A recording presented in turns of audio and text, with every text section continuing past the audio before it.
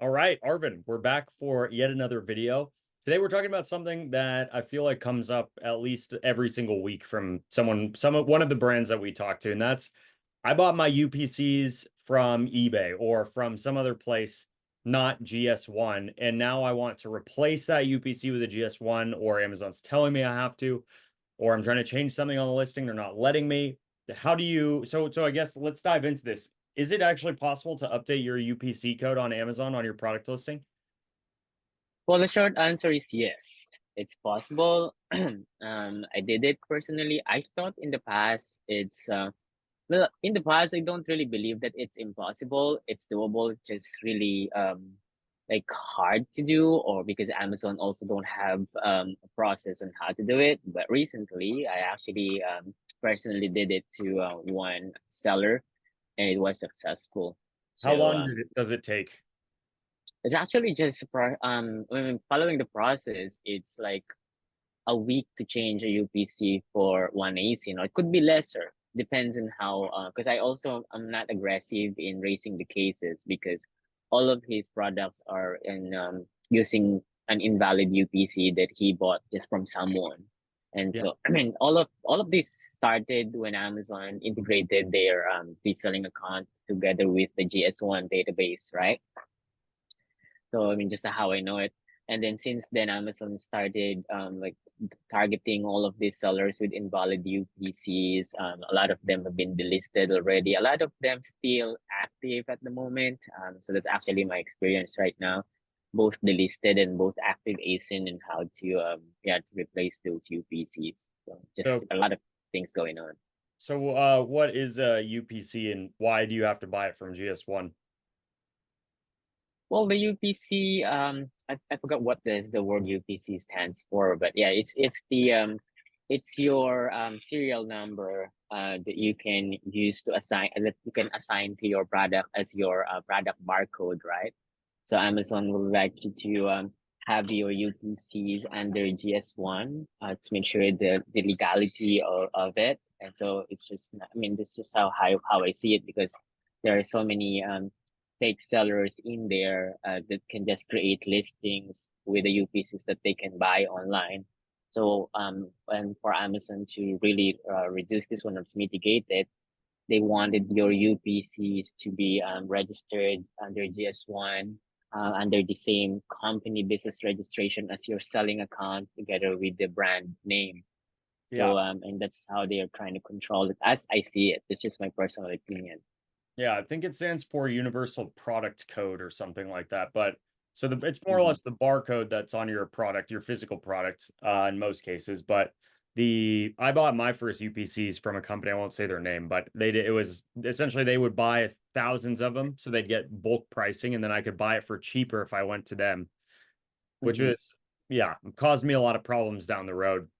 So Amazon now they flag your listing if you're using they might flag it if you're using a non-GS1 barcode. The first normally I think it's the first few numbers. I can't remember how many are actually tied to your company, your business. So like you have to buy that prefix and that is Mhm. with GS1.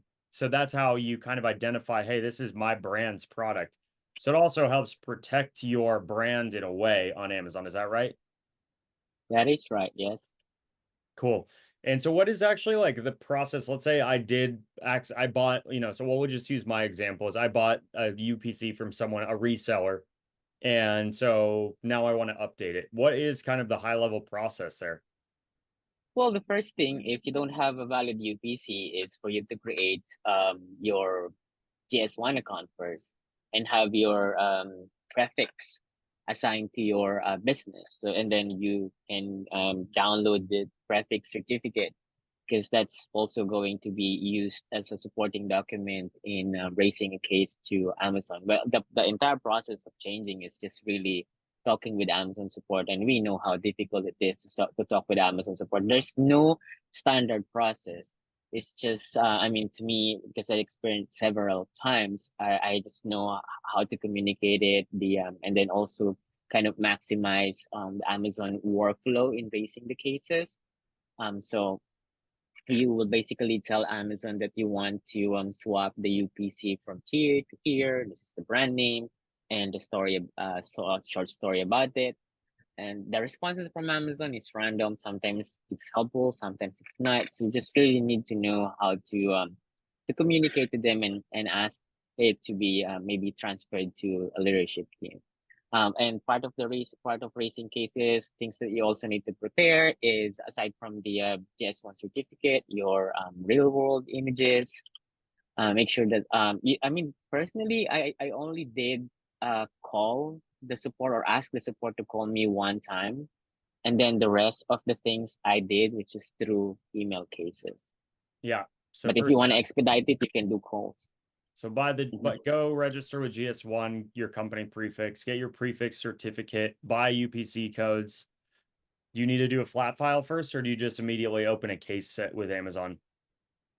Well, ideally do a flat file, but we know that flat file will not be accepted. So what I on the first time that I did it, I did a flat file and then provide that batch ID to Amazon. And then the other ones that I did, no, I didn't do a flat file anymore. I just gave them the UPCs. Okay, got it. And then it's just about putting in the elbow grease to do the work to follow up with Amazon about on a case. And that might take a day or 2 days. It might take a week or 2 weeks.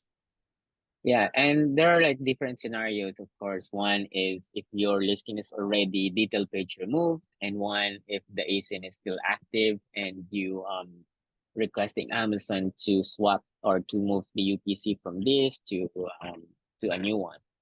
So yeah, Gotcha. different ways to get things done, these things done. All right, you just made it sound easy. This is for everyone who's watching. We know that this Arvin is good at what he does. This is something he's done before. It can be frustrating to deal with this, but the important thing to know is it is possible to make the changes to your listings in the UPC codes. And if you're watching this before listing your product, don't list your product with a non-GS1 barcode. Save yourself a ton of trouble and headache, and just pay the money to get a GS1 barcode if you're launching a real Amazon business and brand. Arvin, anything else Yeah. we should add? Yeah. Well, I think right now, I mean, Amazon will not really let you list a product without, if your UPC is not registered under your business, they will ask you for a certificate. You will have that the 5641 or 8541 error that Amazon will not allow you to create it unless you provide the certificate. But in the past, you know, maybe 2017, 2018, so, back then UK Amazon is not really that strict in creating listings. So that's the only thing right now. If Amazon by accident allowed you, or by mistake rather allowed you to create the listing even without without a valid UPC, then I will not call you lucky because at the end of the day Amazon will also still delist your item because you're using an invalid UPC. Make sure that you will create your listings with the GS1 registered UPCs or EANs. Cool. If anyone's watching, needs some help, we'll put a link to GS1 down below in the description or comments, so check that out. But if you do need some help, you can connect with Arvin and I on LinkedIn, message us there or elsewhere, and we're more than happy to try our best to help you out. So I hope that video was helpful. Arvin, thanks again, as always, and we'll be back for another video soon. Cheers.